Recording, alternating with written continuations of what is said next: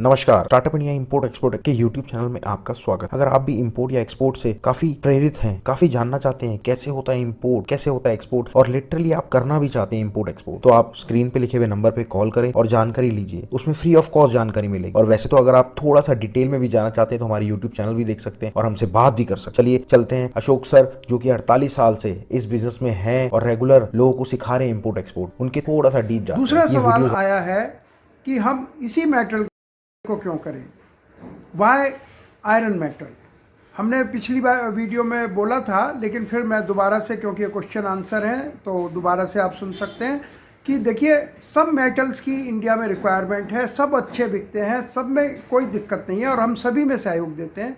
लेकिन आयरन जो हम जिसको बता रहे थे, पिछली बार हमने आयरन लिया तो उनका क्वेश्चन आयरन के लिए ही था कि हम आयरन स्क्रैप के लिए क्यों कह रहे हैं। नए आदमी को आयरन स्क्रैप बहुत सेफ़ है क्योंकि उसमें कोई मिलावट नहीं हो सकती। अगर आपको बहुत मेटल की जानकारी नहीं है तब भी आप बेहिचक उसको खरीद सकते हैं, और ऐसे ही आपसे खरीदने वाला भी बेहिचक खरीद लेता है क्योंकि उसे पता है इसमें मिलावट नहीं है, इसमें केवल तोल को देखना है। तो इसलिए ये एक बहुत इजी है काम करने में।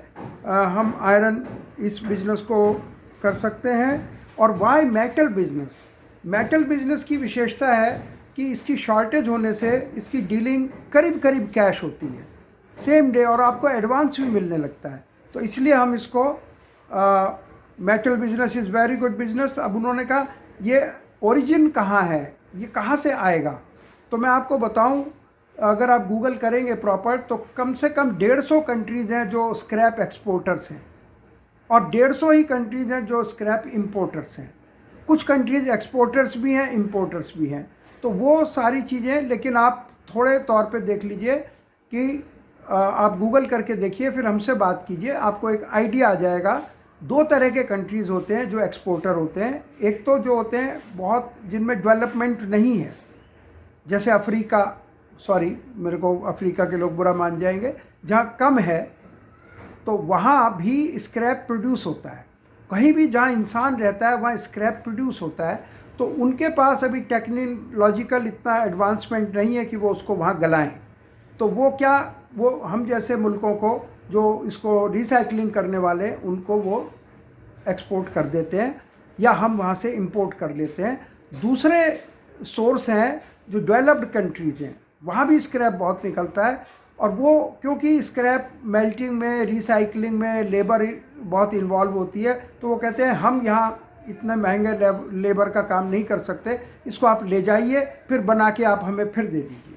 तो वो दूसरे वो कंट्रीज़ हैं जहाँ जैसे अमेरिका है, यूरोप है, रशिया है, आप इसको डेवलप में माने या नहीं माने, जो भी हैं, इन कंट्रीज से बहुत स्क्रैप आता है।